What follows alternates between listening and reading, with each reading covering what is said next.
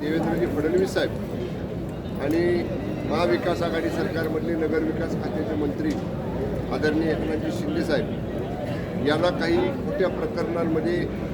कसं गोवता येईल या संदर्भातला एक पेनड्राईव्ह, त्याची व्हिडिओ क्लिप, ऑडिओ क्लिप ही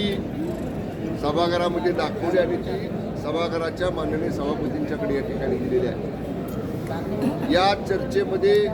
काही स्टेटमेंट त्यांनी वाचून दाखवली, त्यांच्याकडे जे कागदपत्र उपलब्ध होती ते स्टेटमेंट जर पाहिले, ते जर त्यांनी वाचलेलं, मी स्वतः सभागृहामध्ये होतो, अत्यंत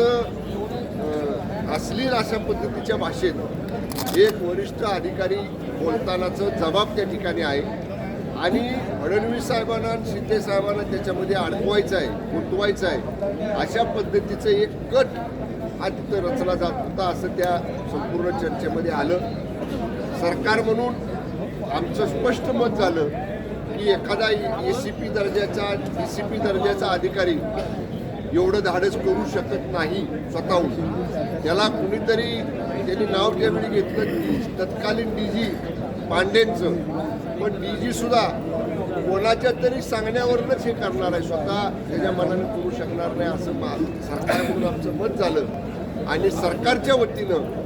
आज सिनियर IPS अधिकाऱ्याच्या अध्यक्षतेखाली एक SIT गठीत करायचा निर्णय आम्ही सभागृहामध्ये जाहीर केलेला आहे आणि त्या SITच्या चौकशीमध्ये आज सभागृहात उपस्थित झालेले मुद्दे आणि या उपर समजा काही सन्मान्य आमदार महोदयांना किंवा कोणाला त्या SITकडे काय अधिकची माहिती त्यांच्याकडे असेल ती द्यायची असेल तर ती देण्याची सुद्धा तरतूद त्या SITमध्ये ठेवली जाईल आणि तातडीनं SITचा अहवाल प्राप्त करून जे कोणी त्या चौकशी अहवालामध्ये आढळून येतील, दोषी आढळून येतील, त्यांच्यावर त्या अहवालानुसार कडक कारवाई करण्याची घोषणा शासनाच्या वतीनं सभागृहामध्ये आज या ठिकाणी केलेली आहे। देसाई साहेब, फडणवीसांच्या काळात एक पेनड्राईव्ह बॉम्ब